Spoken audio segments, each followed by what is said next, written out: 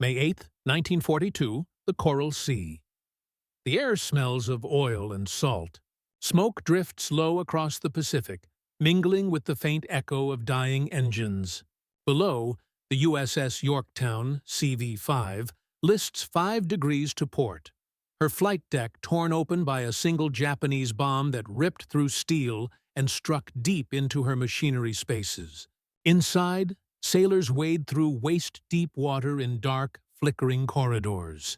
The sound of rushing pumps and shouted orders fills the air. On the horizon, black columns of smoke mark where planes have fallen, both American and Japanese.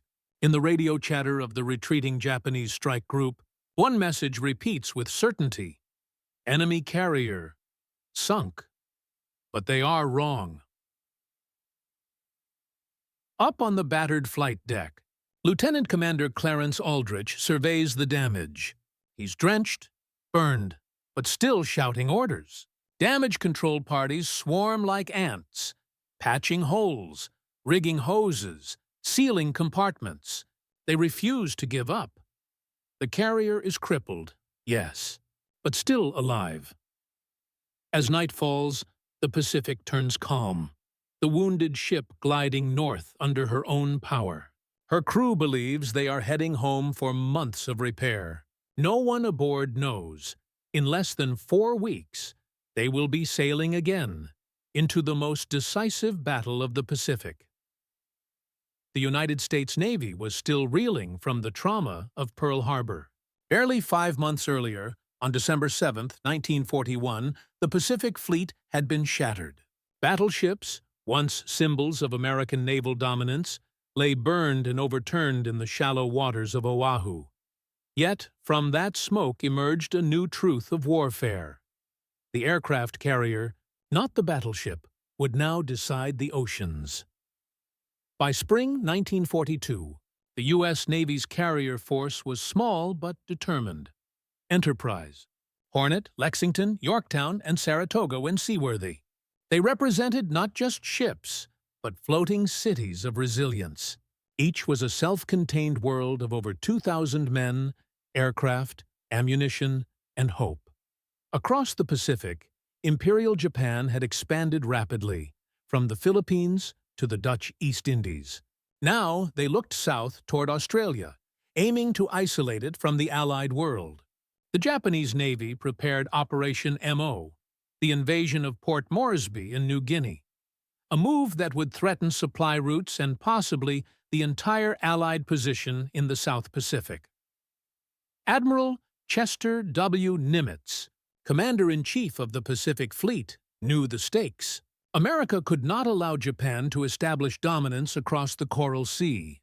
The task of stopping them fell to Rear Admiral Frank Jack Fletcher, leading Task Force 17, built around the USS Yorktown and the USS Lexington. In early May 1942, 2 carrier task forces, one American, one Japanese, began maneuvering blindly across the vast Pacific. Neither could see the other. Each relied on reconnaissance aircraft and radio intercepts. It was a new kind of naval war, one where steel giants never saw each other, and victory depended on who found the enemy first. On May 7th, American planes located and destroyed the Japanese light carrier Shoho near the Louisiade Archipelago. Lieutenant Commander Robert Dixon's famous radio call, "Scratch 1 flat top," marked the first sinking of a Japanese carrier in history. But victory came with danger. The following day, May 8th, the main Japanese carriers Shokaku and Zuikaku struck back. In a fierce, hours-long exchange of aerial attacks, both sides inflicted heavy damage. The U.S. carrier Lexington was mortally wounded and later scuttled. The Yorktown, hit by a 250-kilogram bomb that penetrated her flight deck, suffered fires, flooding, and structural failure in key compartments. By nightfall, the Battle of the Coral Sea ended without a clear victor. Yet, strategically, it was the first time a Japanese advance had been stopped. When Fletcher's task force limped away from the battle zone, Yorktown was barely afloat. Estimates from naval engineers suggested she would need 3 months of repair. time the Pacific Fleet did not have. But as the wounded carrier crawled homeward, messages were already racing through the Pacific to Pearl Harbor. Admiral Nimitz had received code-breaking intelligence, signals from the newly established station Haipo in Hawaii, suggesting Japan's next target would be the Midway Atoll. If true, another massive battle was coming, and every operational carrier would be needed. Nimitz made a decision that would test the limits of American industrial resolve. Yorktown would not wait 3 months. She would be ready in 3 days. The order sent shock waves through the Pearl Harbor Naval Shipyard. What followed would become one of the most extraordinary repair efforts in naval history, a moment where America's mechanical skill and determination would defy every assumption the Japanese held about American strength. The wrecked carrier was still hundreds of miles away, leaking, limping, damaged. But she was coming home. And in Pearl Harbor, thousands of hands were already preparing to bring her back to life.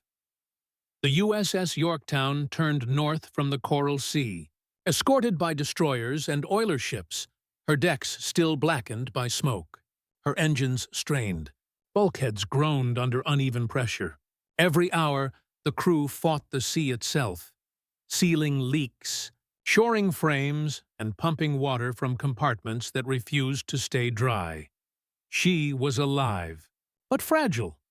Inside the ship's hangar deck, repair parties worked around the clock. Electrical lines were rerouted through temporary conduits. Damaged gun mounts were welded into position so they could fire again if needed. The carrier's air group, VF-42 and VB-5, watched as the wounded ship pushed on, slowly but stubbornly, toward Pearl Harbor. By May 27th, after nearly 4,000 miles of travel, Yorktown entered the harbor at dusk. The skyline of Oahu glowed with the flicker of acetylene torches. The familiar outline of Battleship Row, still half-wrecked from December's attack, was a grim reminder of why she could not fail. Admiral Chester Nimitz came aboard that night. He inspected the damage himself. Open seams, buckled plating, entire sections of the flight deck caved in. He turned to Captain Elliot Buckmaster, Yorktown's commanding officer, and asked quietly, "How long do you need?" "3 months, sir," Buckmaster replied. Nimitz paused. "You have 3 days. The next morning, May 28, 1942, the miracle began. Nearly 1,400 shipyard workers from the Pearl Harbor Naval Shipyard, joined by Yorktown's own crew, flooded onto the pier. They came with cranes, pumps, cables, and welding torches, and with one goal: to make the carrier battle-ready by June 1st. Teams moved like a living organism. Sections of steel were cut and replaced with prefabricated plates flown in from San Francisco. Damaged boilers were bypassed. Entire communication circuits were rerouted through auxiliary lines. Engineers worked through the night, some for 36 hours straight, as floodlights turned the dry dock into a sea of sparks and smoke. On the docks, Chief Shipfitter Joseph Fall, a veteran of the shipyard since before the war, told a journalist later, "We didn't repair a ship. We rebuilt a spirit." From the island's hills, civilians could see the glow from the welding arcs. Soldiers passing by whispered that the ghost of Coral Sea was being brought back to life. The Japanese had already declared Yorktown sunk. Intelligence reports intercepted from Tokyo showed enemy analysts believed only one operational U.S. carrier remained in the Pacific: Enterprise. They assumed the next battle would be against a weakened fleet. But in Pearl Harbor, the truth was different. By May 30th, the flight deck was replanked. New anti-aircraft guns were installed, radar systems recalibrated. Below decks, the flooded compartments were drained, reinforced, and sealed. The ship's boilers roared back to life with a deep metallic hum, a sound that carried across the harbor and drew cheers from the workers. At dawn on May 31st, Yorktown's engines engaged. Slowly, the massive carrier eased out of dry dock number 1, steam trailing from her stacks. The American flag rippled over her stern, soot-stained but proud. Just 72 hours earlier, she had been a crippled hulk. Her fate written off by engineers, her loss assumed by the enemy. Now, she was sailing to war again. Out in the Pacific, the Japanese task force was already moving toward Midway Atoll, confident they would lure out and destroy the last American carriers. They had no idea that the sunken Yorktown was on her way to meet them. To understand the miracle of Yorktown's return, one must first understand what made her survivable at all. The U.S. Navy entered World War II with a deeply ingrained culture of damage control. One born not from theory, but from bitter experience. Fires at sea had long been the sailor's greatest enemy. From the dreadnoughts of World War I to the experimental carriers of the 1930s, the Navy trained relentlessly for one purpose: to keep a ship alive, no matter the damage. Every sailor aboard Yorktown, from machinists to cooks, had undergone damage control instruction. They learned to plug holes with mattresses, to weld under pressure, to rig pumps, to fight fire with seawater when the main systems failed. In the claustrophobic decks below, it was not rank that mattered. It was reaction time. When the bomb struck on May 8, 1942, that training became the dividing line between life and death. The explosion tore through 3 decks and ruptured fuel lines. Yet within minutes, sailors had sealed off compartments, jettisoned ammunition, and rerouted power. Yorktown didn't survive by luck. She survived because her crew had rehearsed catastrophe. But even the best-trained crew cannot patch a ship beyond her means. That is where technology and organization intervened. Pearl Harbor's Naval Shipyard No. 1, rebuilt after December 1941, had become a symbol of wartime adaptation. Engineers there had learned to combine naval architecture with battlefield urgency. They used modular steel replacement methods, a precursor to what modern engineers call field modularization. Instead of replacing entire structures, they isolated damage, cut out sections, and fitted new pieces like surgical grafts. Yorktown's boilers were repaired using temporary bypass systems, a network of auxiliary piping that allowed her to sail with only partial power but full function. Her radar systems were recalibrated using spare parts salvaged from damaged destroyers. Even her flight deck repairs were unconventional. Instead of full replacement, carpenters overlaid steel plates and sealed them with quick-curing compounds designed for submarines. In 3 days, they restored what Japan believed destroyed. Behind this feat stood one simple doctrine: a ship that can move, can fight. The Navy didn't demand perfection. It demanded readiness. While the Japanese naval engineers focused on craftsmanship and precision, ships built to operate flawlessly, American doctrine favored resilience and repairability. Components were standardized, weldable, replaceable. Yorktown's modular design allowed hundreds of men to work on separate systems simultaneously. The Japanese would later call it industrial warfare. But to the men at Pearl, it was survival by ingenuity. When the ship sailed on May 31st, many of her systems were still temporary, her hull still scarred. Yet she could launch aircraft, defend herself, and make 25 knots. For Admiral Nimitz, that was enough. In the Pacific, where every hour could shift the balance, a 72-hour repair was not a miracle of luck. It was the logical outcome of a nation built to adapt. When Yorktown reached Pearl Harbor, her decks were lined with men who had seen the Pacific's fury firsthand. Some were still wearing bandages from the Coral Sea. Others hadn't slept in days. Many had already written their families, believing they were heading home to rest, or to a hospital bed in San Francisco. Instead, they were told they had 72 hours to fight again.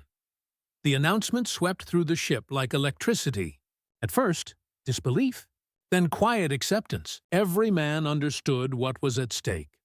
The damage control teams who had battled fire and flooding now joined the shipyard workers. Sailors who'd spent months launching planes now carried steel beams, welded seams, and painted hull plates. The lines between crewman and laborer disappeared.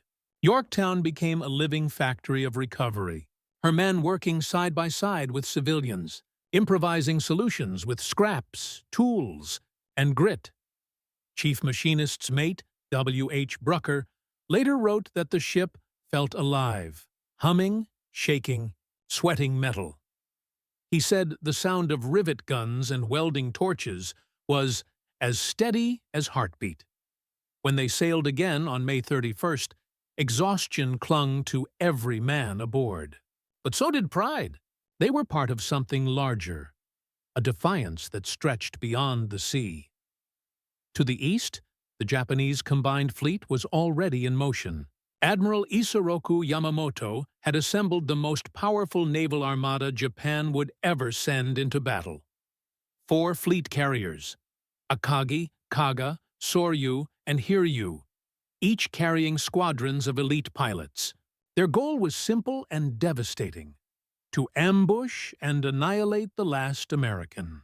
Carriers, Japanese reconnaissance and radio intercepts told them Yorktown had been sunk at Coral Sea. The enemy believed only Enterprise and Hornet remained operational. Yamamoto expected an easy victory, a knockout blow that would force the United States to negotiate peace. But intelligence can lie through absence.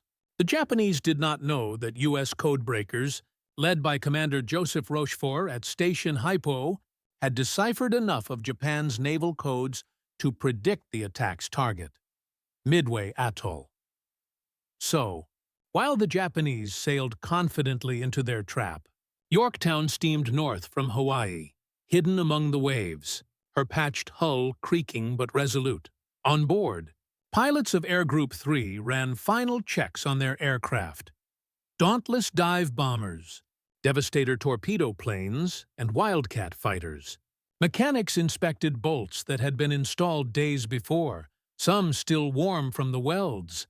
There was tension, but also quiet confidence. The ship they stood on should not have existed anymore. Every mile she traveled beyond Pearl Harbor was a victory of will. In the enemy's briefings, her name was absent. In Japanese records, she was already a wreck, resting at the bottom of the Coral Sea. But the Pacific would soon reveal the truth. In fire, smoke, and disbelief. Because when the sun rose over June 4, 1942, Japanese pilots spotted a familiar silhouette through their binoculars, a carrier they had sworn destroyed, flying the American flag. June 4, 1942, dawn. The sun rose behind thin curtains of mist over the Midway Atoll, 2 small islands of coral and sand standing defiant in an ocean that seemed endless. Far to the northeast, 3 American carriers, Enterprise, Hornet, and the resurrected Yorktown, cut silent wakes through the sea. Below decks, Yorktown's men prepared in tense silence. The ship smelled of oil and sweat, but also of fresh paint, the scent of her rebirth. Welding seams still glimmered under the morning light. Some bulkheads bore chalk marks left by shipyard workers, dates, initials, and small handprints, reminders of those who'd fought to give her another chance. At 05:30, radar contact was confirmed. A Japanese scout plane had sighted the American task force. The Battle of Midway had begun. Captain Elliot Buckmaster and Rear Admiral Frank Jack Fletcher, now aboard Yorktown, moved swiftly. The carrier launched her first strike group. Dive bombers, torpedo planes, and fighters roaring off the patched flight deck into the sky, climbing toward the east.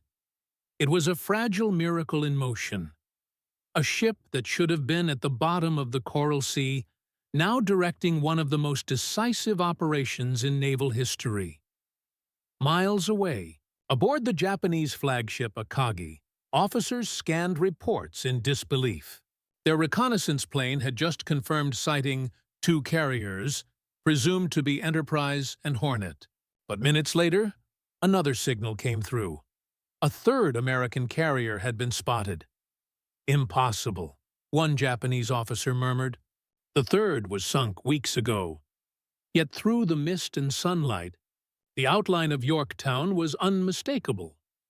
Her massive island structure, the flat deck, the bold white markings of Task Force 17 onboard Akagi.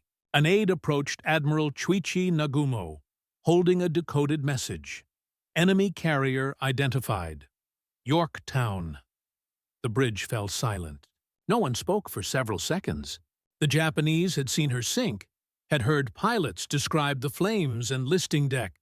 Yet here she was, whole, steaming, and fighting. As Yorktown's planes dived upon the Japanese fleet, the element of shock gave the Americans a crucial advantage. By mid-morning, American dive bombers from Enterprise and Yorktown had located Nagumo's carriers while they were refueling and rearming aircraft. Within 5 devastating minutes, 3 of Japan's 4 carriers, Akagi, Kaga, and Soryu, were engulfed in flames. From the Yorktown's bridge, black plumes could be seen rising on the horizon. Sailors cheered, unaware that history was being rewritten before their eyes. But the battle was not over. The last Japanese carrier, Hiryu, launched a counterstrike aimed directly at Yorktown. At 1400 hours, the ship's radar detected incoming aircraft. Alarms blared. Anti-aircraft guns swung to life, their gunners bracing behind sandbags and steel shields still scarred from Coral Sea. The air filled with tracer fire and the thunder of explosions.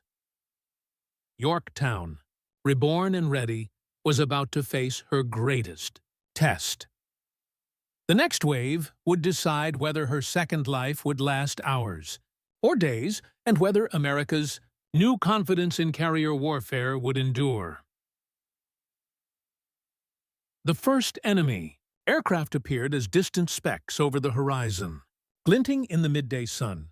At 1400 hours, Yorktown's radar reported a large inbound formation. Japanese Val dive bombers and Kate torpedo planes from Hiryu. Within minutes, the sky became a storm of motion. Sailors on deck watched the dark silhouettes grow larger, the sound of engines merging into one low roar. Anti-aircraft guns thundered, the ship vibrating with every burst. Tracers clawed into the sky, cutting brilliant lines across the clouds. Then came the first hit. A bomb crashed through Yorktown's flight deck just aft of the island, exploding deep within the ship. The blast rocked the carrier from bow to stern. Men were thrown to the deck. Fires erupted instantly. The ship's list increased. 5 degrees, then 7. Captain Buckmaster's voice came over the loudspeakers, calm but commanding. "Fire and repair parties. Stand to your stations. Keep her alive."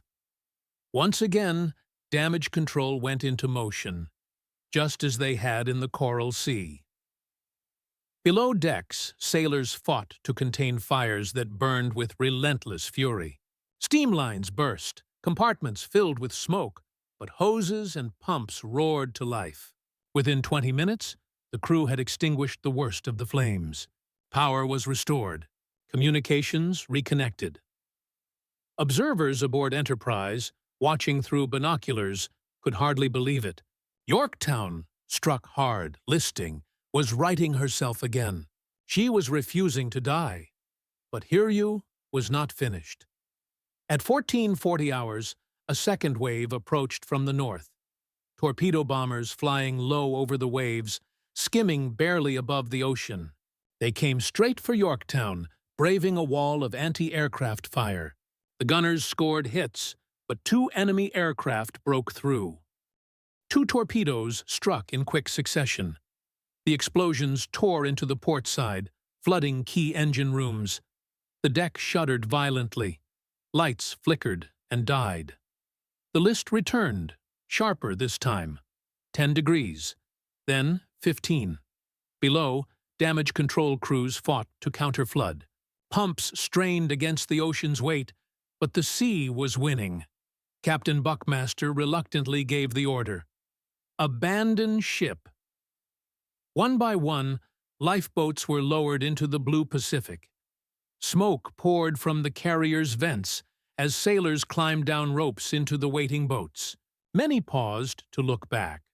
The flight deck that had survived one battle, repaired in 3 days, and carried them again into history. By late afternoon, Yorktown lay silent, engines dead, listing 26 degrees. She drifted slowly, her hull, half submerged, still upright, a wounded Titan that refused to sink completely. Japanese pilots reported her as burning and dead in the water. They believed the final blow had been struck. And yet, for the second time in a single month, the reports of Yorktown's death were premature. For nearly 24 hours, she remained afloat. A salvage team from the destroyer Haman and a small group of engineers reboarded the next morning, working desperately to save her. Pumps were restarted, cables reattached. It seemed she might yet be towed to safety. But fate and the enemy had one more card to play. In the depths of the Pacific, the Japanese submarine I-168 had been tracking the crippled carrier. On June 6, 1942, it surfaced silently within torpedo range. At 13:35 hours, 4 torpedoes streaked toward the drifting ship. One struck Hammond, breaking her in 2. Another slammed into Yorktown's starboard side. The wounded carrier rolled slowly, her bow dipping beneath the waves. At 07:01 the next morning, June 7th, Yorktown finally slipped beneath the surface. She had survived 2 battles, 2 declared deaths, and had given the U.S. Navy time to turn the tide of the Pacific. When the last bubbles broke the surface above Yorktown's resting place, the Pacific was quiet again. But above the calm sea, the echoes of the Battle of Midway were still spreading, across radio rooms, map tables, and command centers from Pearl Harbor to Tokyo. In the hours following the sinking, rescue destroyers plucked hundreds of oil-stained sailors from the water. Some were silent, watching the horizon. Others wept, not out of fear, but exhaustion. They had given everything they could. Admiral Chester Nimitz received the first full report aboard his flagship in Pearl Harbor on June 8, 1942. The loss of Yorktown stung deeply. She was one of only 3 fleet carriers available in the Pacific. But Nimitz's somber mood lifted when he heard the rest of the message. 4 Japanese carriers, Akagi, Kaga, Soryu, and Hiryu, all gone. The same carriers that had struck Pearl Harbor only 6 months earlier now lay burning on the ocean floor.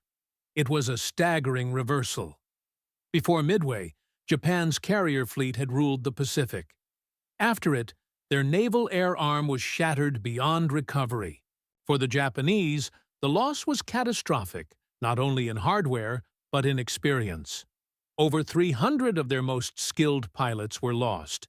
Men who had trained for years, irreplaceable in a nation already straining under wartime production limits. The Imperial Japanese Navy initially claimed victory. Tokyo Radio announced that Yorktown had been sunk, which was true, but said 4 American carriers were destroyed. The reality would hit the Japanese High Command days later, when aerial reconnaissance confirmed the truth. In the United States, the news of Midway spread slowly, then erupted. The official Navy communiques reported it simply: "A great victory has been won in the Midway area."